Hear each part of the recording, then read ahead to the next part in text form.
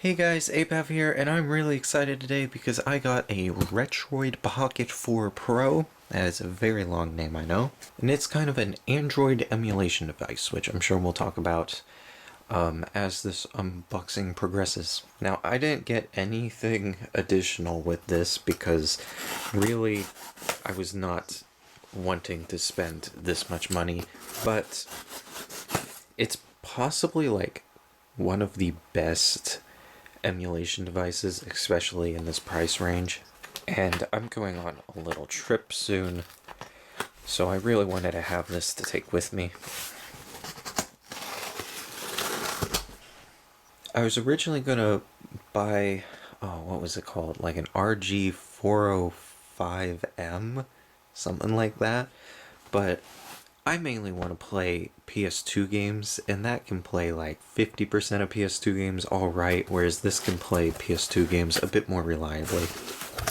So here's my Amazon box. It came in its own box, as we can see. I was not keeping it that way up. I don't think that matters all too much. People claim these are $200, but you have to pay $50 shipping, so when you order them on Amazon, they're $250. And most people recommend getting a micro SD card to put all your ROMs on, but again, I didn't want to spend the extra money on that. It has an internal 128 gigabytes of storage, and since I'll be playing a few PS2 games, and pretty much this is replacing my PSP for the most part, so I'm putting a lot of PSP games on here, which doesn't take up an insane amount of storage, so I should be able to get away with the internal storage for a little while. But yes, most people should probably go ahead and get it with a close to half a terabyte SD card, so that way they won't have to worry about running out of storage very quickly, because those GameCube and PS2 games really add up. Another reason why I wanted one of these, because it is essentially a PSP with a few more features, or even a PlayStation Vita, is because it can play Android games. So I can like play Minecraft and Genshin Impact and stream Fortnite through this pretty easily. So while I'm on the go, I can still play with my friends. If I ever get a chance to is a different question. They really taped this well. Barely can get into it.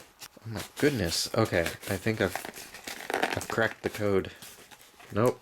Oh my gosh. Always cut toward yourself. And by that I mean never do what I just did. Alright, we're finally unveiling the product. The Retroid Pocket. Oh, is it another box within a box? It is.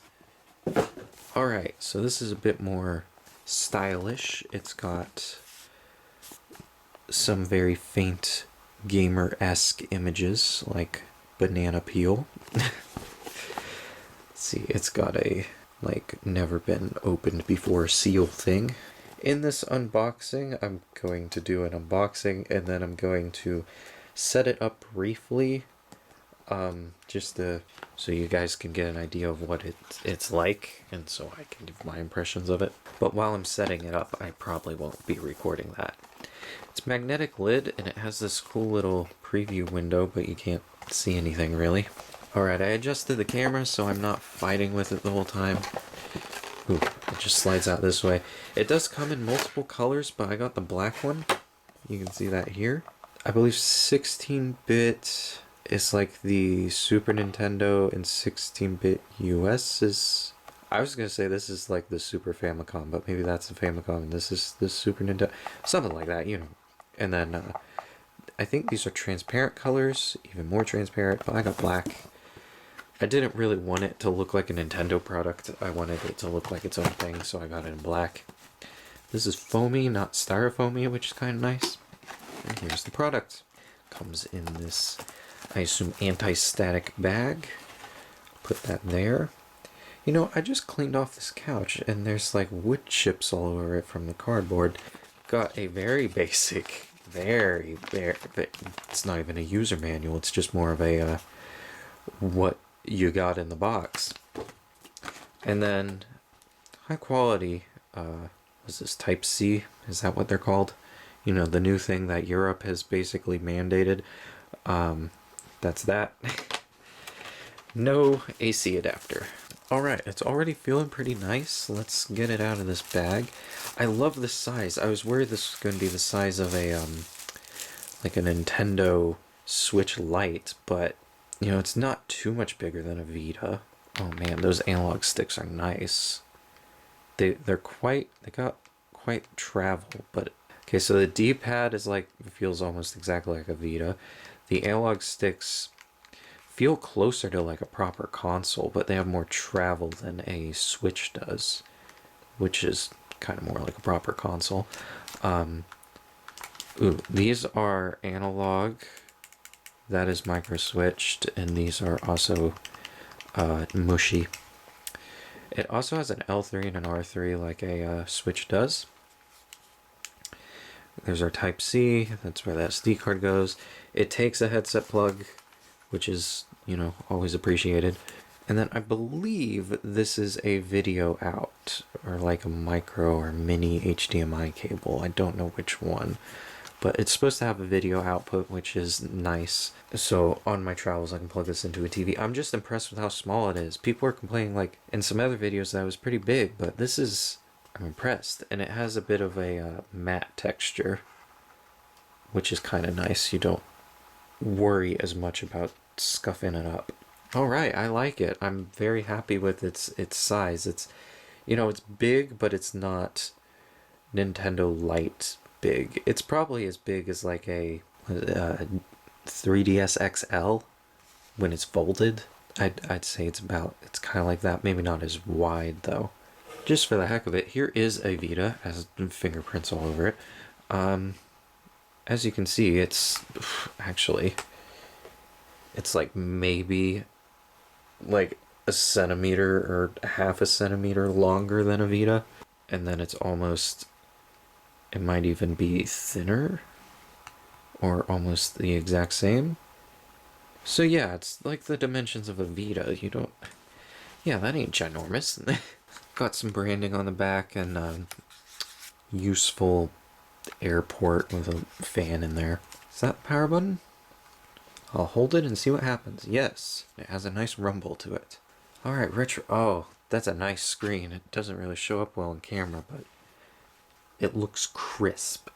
Oh, I was trying to make sure that it is the Pro model. It says right here that it is. So this is just a little setup. Of course, we're in English. I gotta connect it to the internet. I'm already in love with this thing. Just the clicky clacky nature of it. It just feels like a tiny switch. I'm very excited about this. Alright, now this is a little cool feature of the Retroid Pocket, is that they give you the option to install the emulators pre-built in. That's interesting.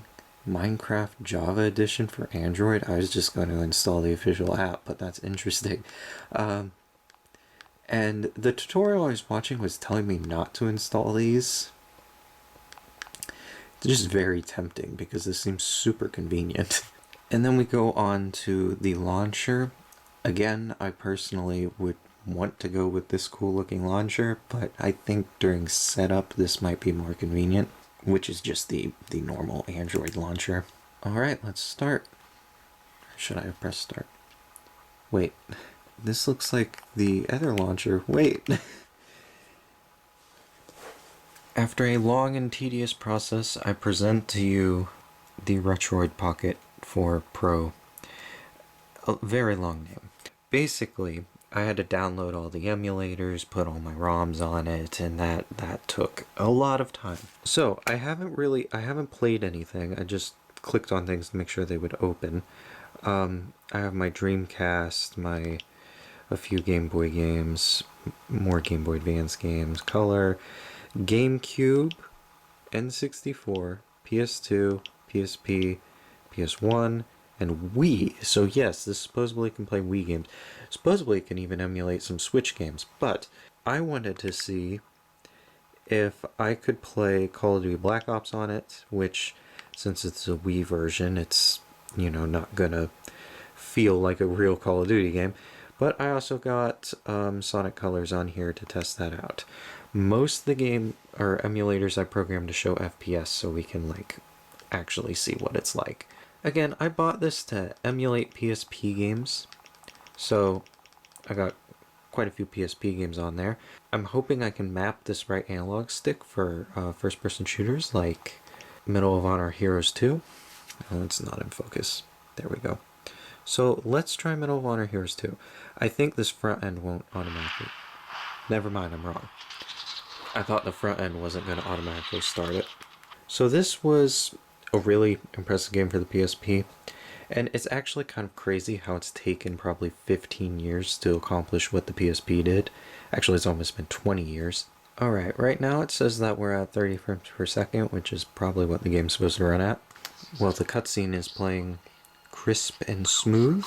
So the console itself, it's, you know, that the impressive part is it being able to run things, not so much the emulator and what it's pulling off.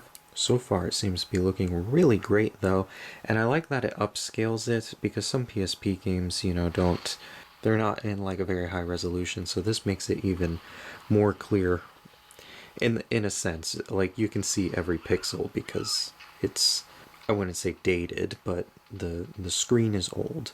I am trying to remember how... Just trying to remember how to pull up settings.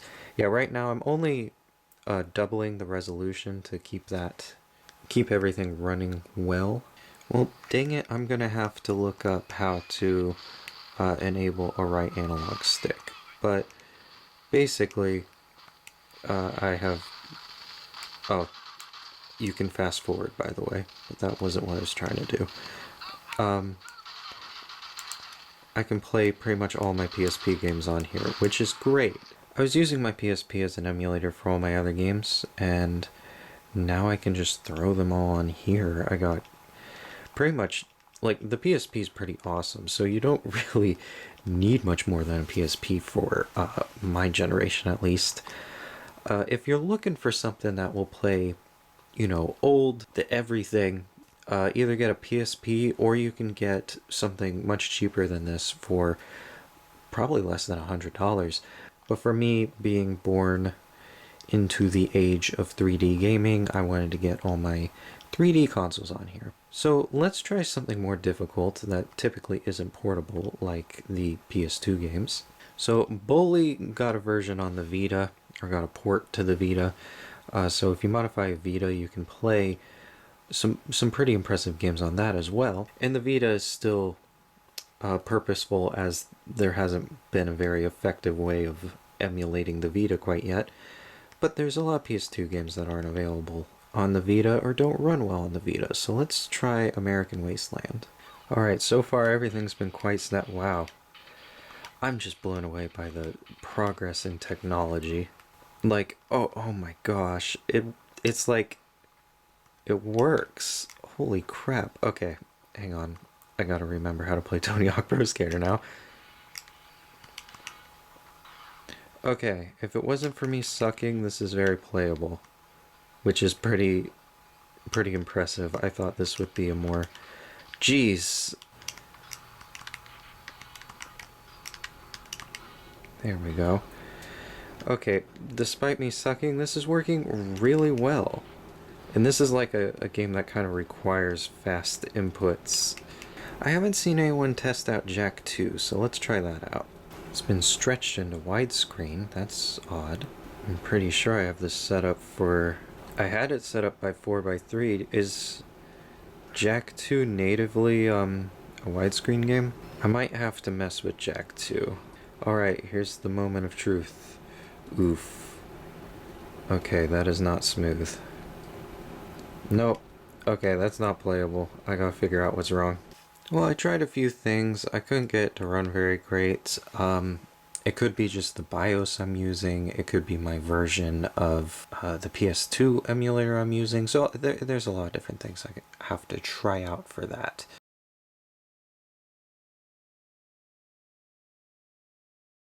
Apparently I was wrong though. The PS2 version of Jack 3 did apparently have widescreen. And apparently Bully does as well. I changed the upscale mode to nearest neighbor, so you can truly just see every pixel. Still looks pretty nice though. Alright, here we find out. Will the game run playably? This is the engine, and it's running pretty well currently. Okay. It's pretty playable. Yeah, that's playable. I was gonna say it's a little laggy, but that might just be the nature of Bully. Yeah, I'd say this is... Okay, so Bully works. If Bully can work, I just have a feeling there's something technically wrong I'm doing with Jack 2 right now. So we got PSP and PS2 down. I don't have time to do everything, but we just gotta see Ocarina of Time, of course, because I've tried emulating that on a PSP, and you can just barely get it to run. It appears I did not set up my N64 emulator properly because it never opened. Alright, I found it. So this isn't running on a dedicated N64 emulator, so if this runs well, then I don't think I'm going to install a dedicated N64 emulator. Does it sound good? Sounds awful on the PSP. It sounds good. Oh, I never configured these buttons. Oof. I have no controls. As you can see, it's running, but I have no controls.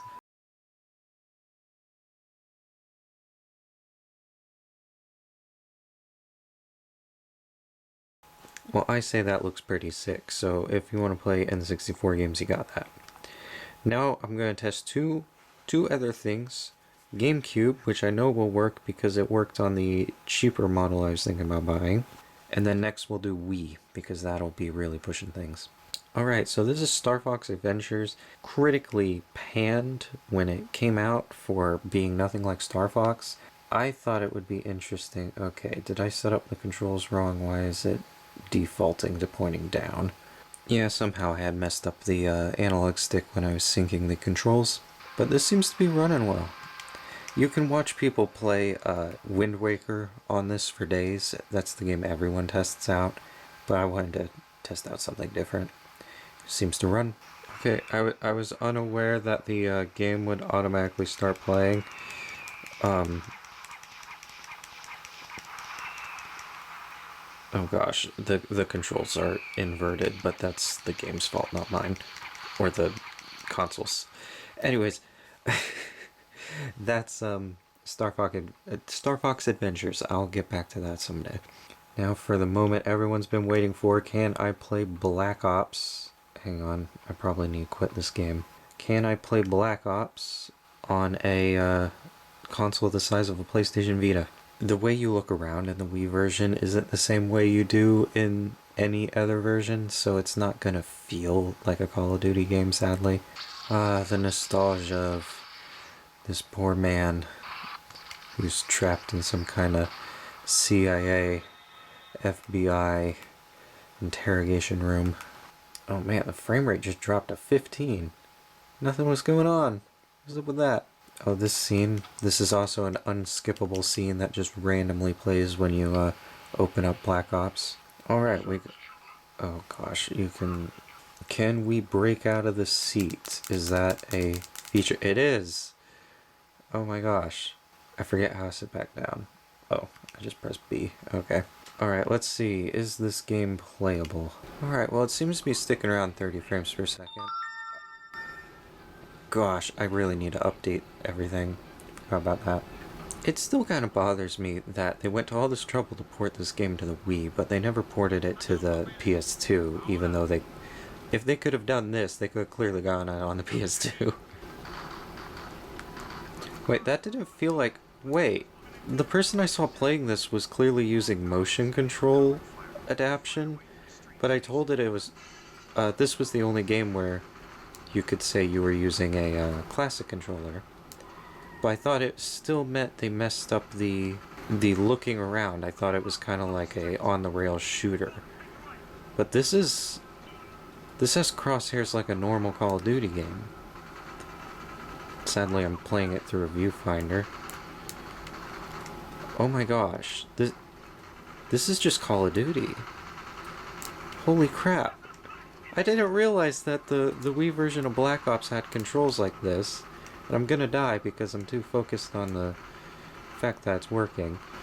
Alright, so you can play Black Ops on the Vita, or on the Retroid 4 Pocket Pro PPP is what I'm gonna call it. Oh my gosh. So, it works! Oh, I got hit by a car. You can play Black Ops on the... Oh my gosh, this is incredible, guys. I'm gonna die. So I zoomed out to just point out how tiny this little system is. Like, there is a Black Ops on the Vita, and it looks kind of like this, to be honest. But this wasn't intended, you know, like, this system wasn't intended to play Wii games, so it's very impressive. I'll be able to happily enjoy this. Okay, I died, though. It runs at 30 frames per second. And it's Black Ops. That's nice. The person I saw playing this was playing the motion control version. I thought he was playing the classic control version, and just with the classic control you still have to drag the cursor all around. But you don't. I don't know why he was playing it like that. Yeah, you can play all of Black Ops on a Retroid PPP. Actually, no. It's just the PP, which is far worse, actually. So, anyways, yes, it plays Wii games. It can do all the things if you have the patience to program it to do all the things. And you know what? Just for the heck of it, I'll show off Flappy Bird. Yes. Because we all need a little flap in our lives. Oh gosh, this really got broken. Oh, wait, it's just... This is the one game where auto-rotate is not a benefit. Alright. So Game Boy Advance emulation works. You can play Flappy Bird. This is obviously not an official release for the Game Boy Advance. This is a good way to test if it's your reflexes or if it's the any input delay. Oh my gosh, I can't tell. So I guess it seems to... Yeah, I think it's just I'm expecting it to be faster, but I don't think it's the emulator's fault.